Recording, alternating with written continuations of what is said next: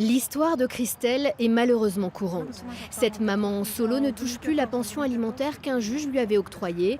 Son ex-mari avait une saisie sur salaire, mais il a changé d'employeur dernièrement et le versement a cessé. Sans nouvelles de lui, Christelle s'inquiète pour l'avenir de ses enfants. J'ai pas été avertie avant en fait de la suspension de la pension. C'est ça aussi qui est terrible parce qu'on ne peut pas s'organiser. Donc ça fait quand même une certaine somme, même si elle ne paraît pas énorme. Pour ma part, c'est 125 € par mois. Mais ça a quand même une certaine importance sur mon budget, du fait que je vis avec à peine 600 € par mois. Donc oui, ça a de graves conséquences. Légalement, le mauvais payeur peut être condamné, mais peu de procédures judiciaires sont lancées par des parents isolés en difficulté financière.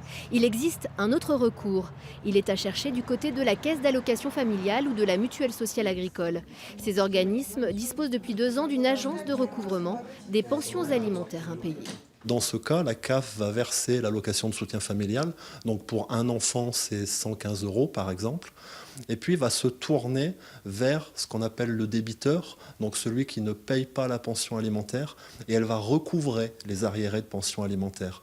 Donc cela peut aller jusqu'à 24 mois. C'est l'organisme qui se charge de contacter le parent défaillant pour régulariser la situation, voire son employeur pour une saisie sur salaire.